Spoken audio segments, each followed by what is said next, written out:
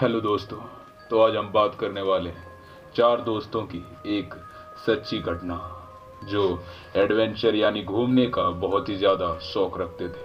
तो चलिए बिना देरी किए हुए इस खौफनाक कहानी की शुरुआत करते हैं। रवि, नेहा, अमन और पूनम, चार दोस्त जो हमेशा एडवेंचर की तलाश में रहते थे। इस बार उन्होंने एक पुरानी वीरान सड़क से होकर पहाड़ों तक रोड ट्रिप का प्लान किया। स्थानीय लोगों ने उन्हें चेतावनी दी कि रात में उस सड़क पर जाना सुरक्षित नहीं है, लेकिन दोस्तों ने इसे बस एक लोक कथा समझकर नजरअंदाज कर दिया। रात के करीब 11 बजे वे अपनी कार में जंगलों से घिरी सुनसान सड़क पर थे। अचानक कार के रेडियो में बिना किसी की कमांड के शोर करना शुरू कर दिया। नेहा ने उसे बंद किया, लेकिन अगले ही पल रेडियो से धीमी आवाज में कोई फुसफुसा रहा था, मानो कोई उनके नाम पुकार रहा हो। सभी ने इसे तकनीकी खराबी समझा और सफर जारी रखा। कुछ किलोमीटर आगे बढ़ते ही कार की हेडलाइट के सामने एक औरत दिखाई दी। वह सफेद साड़ी में थी और सड़क के किनारे खड़ी थी। रवि ने अचानक ब्रेक मारा। वह औरत धीरे धीरे उनकी तरफ मुड़ी। उसका चेहरा अधजला और बिल्कुल झुलसा हुआ था और उसकी आंखें बेहद खौफनाक नजर आ रही थी। अबन ने घबरा कर कहा, गाड़ी बढ़ाओ रवि, जल्दी गाड़ी बढ़ाओ। रवि ने गैस पर पैर रखा, लेकिन कार आगे नहीं बढ़ी।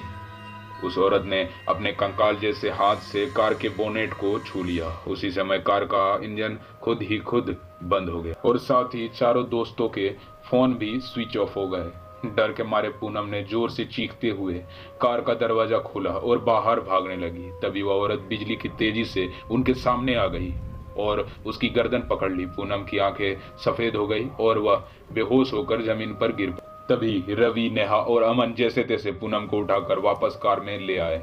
अचानक कार का इंजन अपने आप स्टार्ट हो गया। रवि ने तुरंत स्पीड बढ़ा दी और वे वहां से निकलने लगे, लेकिन जब उन्होंने रियर व्यू मिरर में देखा तो वह औरत उनकी कार की छत पर बैठी थी और उसकी भयानक हंसी पूरे जंगलों में गूंज रही थी। किसी तरह वे हाईवे तक पहुंचे और सब कुछ सामान्य लगने लगा, लेकिन जब उन्होंने पूनम की ओर देखा तो वह अब भी अजीब तरह से बड़बड़ा रही थी। वो आ रही है, वो आ रही है, ऐसा पूनम कह रही थी। उस रात के बाद पूनम कभी पहले जैसे नहीं हो पाई और कभी भी रात में वह अचानक उड़ जाती है और उसी डरावनी हंसी में हंसने लगती है जो उन्होंने जंगल में सुनी थी। भले ही चारों दोस्त जंगल से बच के भाग निकले, लेकिन वो आत्मा अब भी पूनम का शरीर को छोड़ नहीं रहा था और बेहद ही खौफनाक और दर्दनाक तरीके से पूनम रोती और चिल्लाती थी। अंत में वो तीनों दोस्त तो सही सलामत और ठीक हो गए, लेकिन पूनम कभी भी